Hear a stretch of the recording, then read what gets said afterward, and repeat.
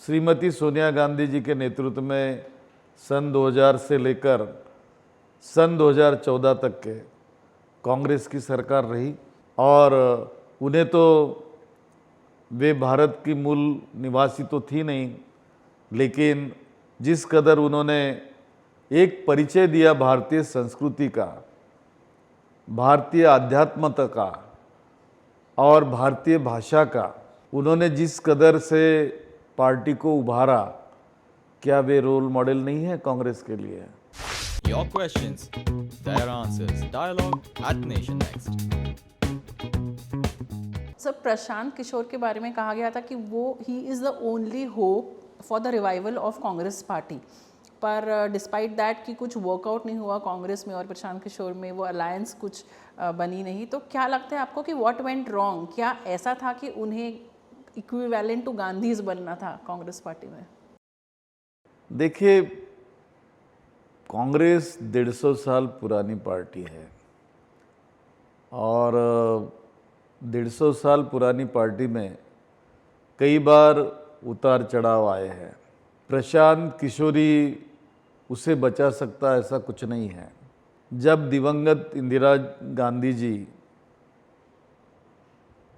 1978 में चुनाव हार गई थी, तब तो प्रशांत किशोर की ज़रूरत नहीं पड़ी कांग्रेस को और वे पुनः एक बार उभर कर सामने आई है। तो रोल मॉडल हमारे लिए कांग्रेस में पहला तो वो है कि जिन्होंने फिर से जीरो से कांग्रेस खड़ा किया था। दूसरी बार श्रीमती सोनिया गांधी जब कांग्रेस की अध्यक्षा बनी, तब बीजेपी की सरकार इस देश में थी और ऐसा कहा जाता था, बीजेपी गवर्नमेंट कहती थी कि हमारी सरकार बनेगी, दूसरी कोई सरकार नहीं बनेगी। प्रमोद महाजन जी थे और उन्होंने नारा भी दिया था उसके बारे में। लेकिन श्रीमती सोनिया गांधी जी के नेतृत्व में सन 2000 से लेकर सन 2014 तक के कांग्रेस की सरकार रही और उन्हें तो वे भारत की मूल निवासी तो थी नहीं, लेकिन जिस कदर उन्होंने एक परिचय दिया भारतीय संस्कृति का, भारतीय आध्यात्मता का और भारतीय भाषा का, उन्होंने जिस कदर से पार्टी को उभारा, क्या वे रोल मॉडल नहीं है कांग्रेस के लिए कि उन्होंने जीरो से खड़ा किया? तो जब हमारे पास हमारे पार्टी में ही ऐसे रोल मॉडल्स है, तो ऐसे वक्त प्रशांत किशोरी एकमात्र हमारे लिए पर्याय है, ऐसा मैं तो नहीं समझता हूँ।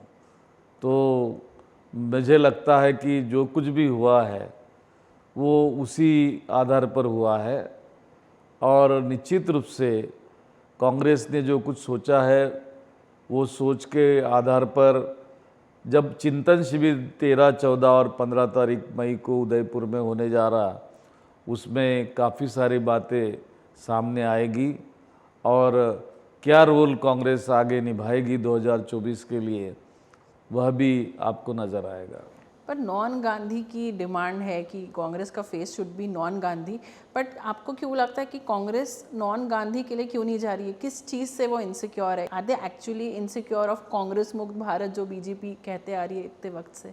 लेकिन क्यों नॉन गांधी पर जाना चाहिए? अगर गांधी कांग्रेस के लिए अगर यूज़फुल है और गांधी की लीडरशिप में अगर पार्टी उभर सकती है, तो फिर गांधी को क्यों नहीं सामने आना चाहिए? क्या वे कांग्रेस पार्टी के संबंधित नहीं हैं? क्या उन्होंने कांग्रेस की आइडियोलॉजी को समझा नहीं है? क्या उन्होंने कांग्रेस पार्टी को उभारा नहीं है? क्या वे कांग्रेस पार्टी के लिए बलिदान दिया नहीं है? क्या उन्होंने कांग्रेस पार्टी को एक ऊंचाई पर पहुंचाने का काम किया नहीं है?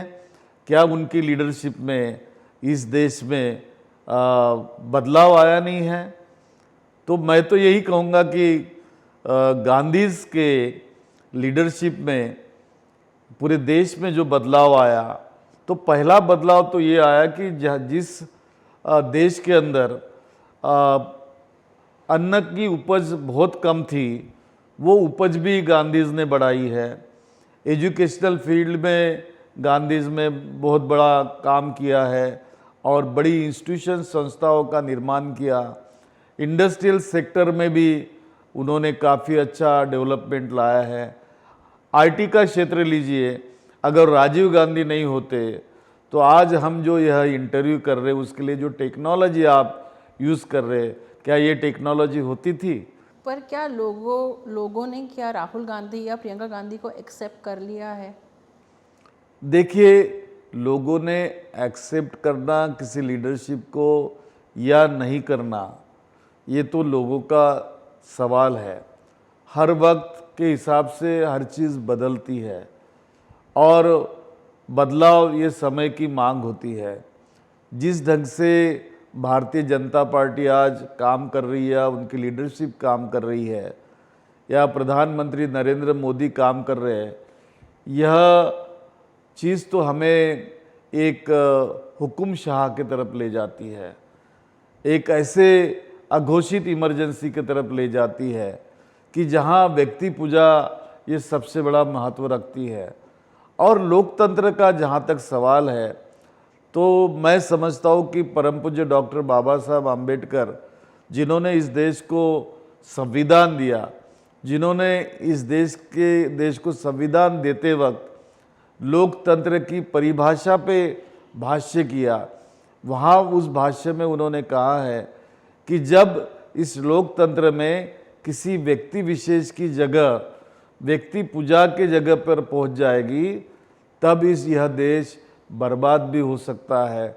और हम आज देख रहे हैं कि देश किस कगार पर खड़ा है कि वहाँ महंगाई, बेरोजगारी बड़े पैमाने पे बढ़ी है और देश की आर्थिक स्थिति भी कुछ खास नहीं है। और ऐसे में देश का जीडीपी और साथ साथ पर कैपिटा इनकम भी जो है हर व्यक्ति का बहुत ही कम होते जा रहा है और कुछ चंद उद्योगपतियों की ही आर्थिक स्थिति सुधर रही है। ऐसे वक्त में देश का युवा वर्ग बड़े दुखी नज़रों के साथ एक प्रकार से यह चीज़ महसूस कर रहा है, बोल नहीं पा रहा कि उनकी ज़रूरत जो है वो उनकी ज़रूरत कहीं पूरी नहीं होते दिख रही है और उनकी आशाएं भी पूरी नहीं हो रही है। ऐसे वक्त निश्चित रूप से आज नहीं कल राहुल गांधी जी ने, हमारे जो नेता है, युवाओं के नेता है, वो लगातार जो अपनी बात युवाओं के सामने रख रहे हैं कि उनके दिल की बात रख रहे हैं। प्रधानमंत्री तो मन की बात रखते हैं और उनके मन की बात लोगों के दिल की बात नहीं बन सकती।